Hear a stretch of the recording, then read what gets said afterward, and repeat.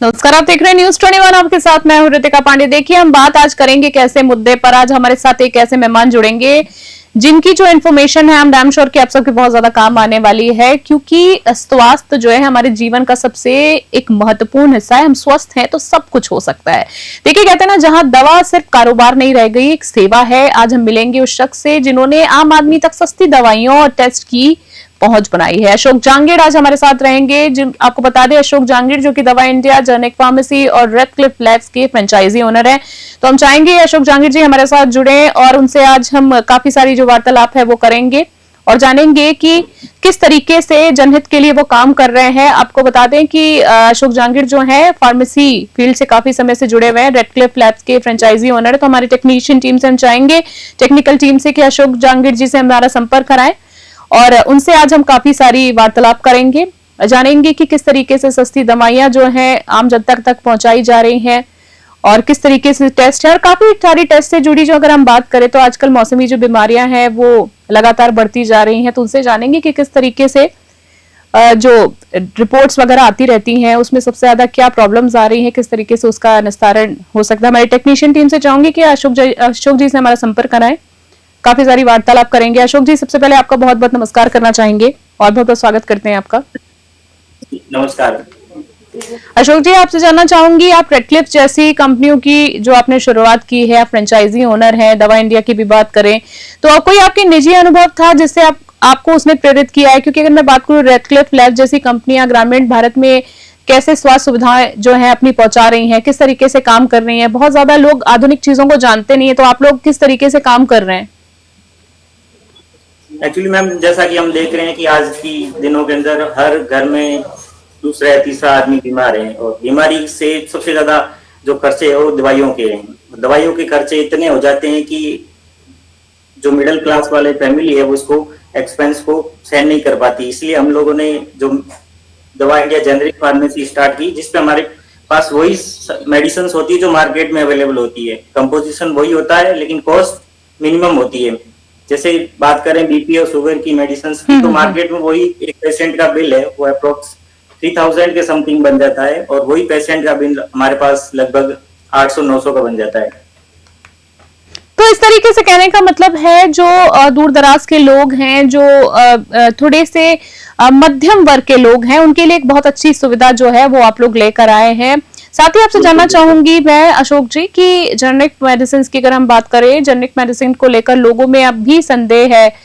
आप भरोसा कैसे कायम करते हैं? उनको लगता है फार्मा की जो दवाइयां होती हैं वो ज्यादा भरोसेमंद होती हैं पर काफी महंगी भी आती हैं। तो कैसे जेनेरिक मेडिसिन जो होती हैं उनको लेकर आप लोग किस तरीके से लोगों को भरोसा जीतते हैं? तो कई बार लोगों की एक साइकोलॉजी क्रिएट हो जाती है कि उसको डॉक्टर ने प्रिस्क्राइब किया है और उसको जो फर्स्ट टाइम डॉक्टर ने जो मेडिसिन दी है उसको यदि ग्रीन पत्ता मिला है तो वो ग्रीन पत्ते को प्रिस्क्राइब करता है, कि उसको एक साइकोलॉजी क्रिएट होती है। लेकिन इसको इनिशियल फेज में हमें कन्वर्ट करना बहुत मुश्किल होता है, लेकिन पेशेंट को उनके कंपोजिशन, सॉल्ट और कुछ टेक्निकल चीजें समझाने के बाद पेशेंट्स एग्री हो जाते हैं और इजीली उनको यदि मेडिसिन काम करती है तो एग्री हो जाते हैं। अशोक जी, आपसे साथ में मैं एक बहुत महत्वपूर्ण सवाल जानना चाहूंगी। आप लोग लाइक आप लैब से भी जुड़े, आपकी लैब्स वगैरह है, आप लाइक फ्रेंचाइजी ओनर हैं। एक बहुत बड़ा सवाल करना चाहती हूँ, अभी जो मौसम शुरू हो रहा है, मौसमी जो मौसम है, बारिश का मौसम शुरू हो रहा है, तो इस वक्त सबसे ज्यादा जब ब्लड टेस्ट रिपोर्ट की अगर मैं सीधी तौर पे बात करूं तो सबसे ज्यादा कॉमन प्रॉब्लम क्या देखने को मिलती है? क्या डेंगू मलेरिया की अगर मैं बात करूं, या किस तरीके से बारिश है क्योंकि लोग बाहर का खाते पीते हैं फिर बीमारियां पैदा होती हैं, क्या कॉमन प्रॉब्लम आती है? इन दिनों के अंदर अभी तो डेंगू मलेरिया के केसेस अभी इतने कन्वर्ट नहीं हुए, लेकिन अभी इन दिनों के सबसे ज्यादा जो वायरल फीवर वगैरह है ये, और फूड पॉइजनिंग सबसे ज्यादा है, क्योंकि लोग बाहर की रेलियो हो गए और बाहर का कुछ ये खाना खाते हैं और इस वजह से फूड पॉइजनिंग सबसे ज्यादा है। फूड पॉइजनिंग की जो समस्या है वो सबसे ज्यादा देखने के लिए मिल रही है। नॉर्मली आप लोग क्या प्रिस्क्राइब करते हैं, क्या सजेशन देते हैं आप लोग? अशोक जी, मैं जानना चाहूंगी इस बीच। देखो, मेडिसिन में प्रिस्क्राइब करें तो पेशेंट को वही है कि नॉर्मल जो एंटीबायोटिक है वो सजेस्ट करते हैं। बाकी इन दिनों के अंदर जो डायरिया रहता है तो उनको ORS वगैरह और डिहाइड्रेशन रहने का प्रिस्क्राइब करते हैं।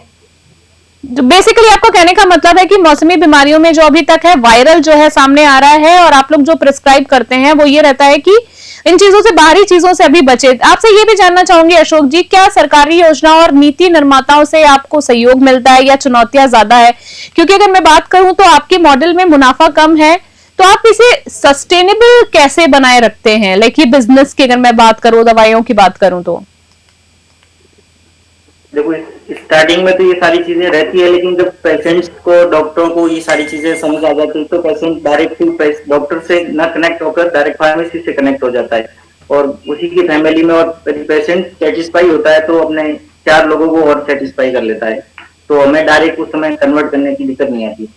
आप लोगों की लैब के बारे में मैंने सुना है अशोक जी कि बहुत कम रेट्स के अंदर, जो भी हमारे दर्शक देख रहे हैं, मैं बताना चाहूंगी इनका लैब है जहां पे अगर मान लीजिए बाहर कोई रिपोर्ट्स, फॉर एग्जांपल मैं सिर्फ एक अनुमानित तौर पर बोल रही हूँ कि 10,000 की रिपोर्ट्स हो रही हैं, तो आपको बहुत ही कम दाम में 2-3 हजार तक में आपकी इनके लैब में जो टेस्ट रिपोर्ट है, पर ये लोग दावा करते हैं इनके लैब की 100% जेन्युइन होती है।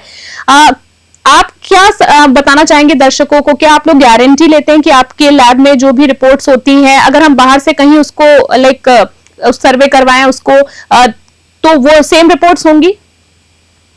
बिल्कुल मैम, सेम रिपोर्ट होती है। हमारे पास प्राइजेस कम होने का सबसे बड़ा रीजन होता है, हम B2C पे काम करते हैं, डायरेक्ट टू कस्टमर या डायरेक्ट टू पेशेंट्स, जिसमें हम लोग किसी भी थर्ड पर्सन को इन्वॉल्व नहीं करते, लाइक से डॉक्टर का कमीशन हो गया या फिर किसी MR का कमीशन हो गया, किसी हेल्थ पर्सन का कमीशन होगा, वो नहीं हमारा कमीशन होता। हमारे पास डायरेक्ट टू पेशेंट्स की रेट होती है जो मिनिमम होती है, और बाकी लैबों की जो प्राइजेस होती है वो इतनी हाई पहुंच जाती है। उसमें सबसे बड़ा रीजन होता है सेल्स टीम होती है, डॉक्टर का कमीशन होता है, बहुत सारी चीजें होती है, उसकी प्राइजेस होती है वो हाई होती है।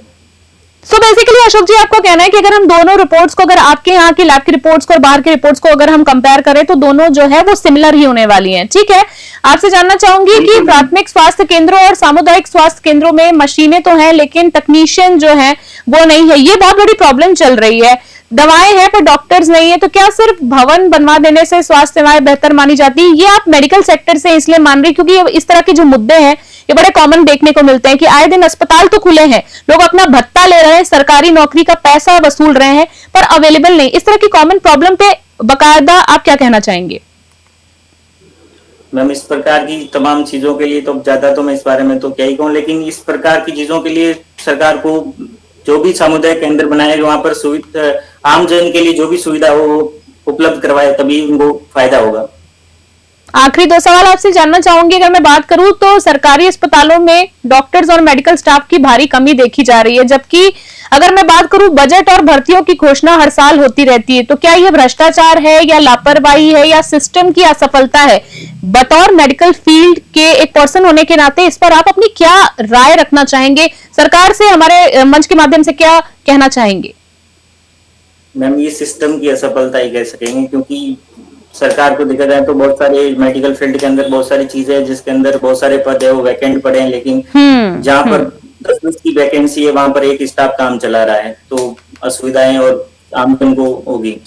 ठीक है, एक आखिरी सवाल आपसे जानना चाहूंगी अशोक जी मैं कि आपका अगला लक्ष्य क्या है? क्या आप देश के हर जिले तक पहुंचना चाहते हैं? क्या करना चाहते हैं? आपका अगला मोटिव, आपका अगला गोल क्या है? मैम, हमारा गोल यही है कि हम अभी जयपुर शहर से जो आसपास के शहरों में वहां से अपनी मेडिसिन को डिलीवर करें। हम चाह रहे हैं कि पैन इंडिया में हमारी मेडिसिन जो सस्ती दवाइयां हैं वो लोगों के घरों तक पहुंचे, और जो दवाइयों के खर्चे है वो कम से कम हो, और हम चाहते हैं कि हमारी जो लैब के टेस्ट है वो जयपुर में भी हो रहे हैं और पैन इंडिया में भी होने की कोशिश कर रहे हैं, चांसेस है। तो बेसिकली मैं ये जानना चाहूंगी, साथ में ऐड करना चाहूंगी कि जो आपकी लैब टेस्ट वगैरह, माफी चाहूंगी, तो ये खाली जयपुर तक सीमित है या इसके बाहर भी है? रेड क्लिफ की मैं बात कर रही हूँ। मैम, रेड क्लिफ तो पैन इंडिया लैब है जिसमें पैन इंडिया के अंदर हमारी टोटल फ्रेंचाइजीज हैं। ओके, ठीक है, आपको बहुत बहुत धन्यवाद देना चाहूंगी। आज आपने काफी सारी जानकारी आप हमारे दर्शकों को दी। अशोक जहांगीर हमारे साथ थे, बहुत बहुत धन्यवाद देना चाहेंगे। बता दें कि अशोक जहांगीर काफी समय से मेडिकल क्षेत्र में अपना काम कर रहे हैं। अशोक जी का बहुत बहुत धन्यवाद हमारे साथ जुड़ने के लिए। फिर किसी चर्चा में उनसे जरूर मिलेंगे। देखिए, कहते ना कि सेहत का कारोबार नहीं, मिशन है अशोक जहांगीर की सोच आने वाली पीढ़ियों के लिए हेल्थ केयर का नया रास्ता खोल रही है। उम्मीद है हर शहर हर गांव में अब दवा और जांच दोनों ही सस्ती होगी, सुलभ होगी और सुरक्षित होगी। लोग, सबसे बड़ी बात है कि लोग जागरूक होंगे। तो फिलहाल आज के सेशन में, फिलहाल लाइव सेशन में हमारे इतना ही। इस तरह की ताजा तमाम अपडेट्स के लिए देखते रहो, बने रहे हमारे साथ। अभी के लिए नमस्कार।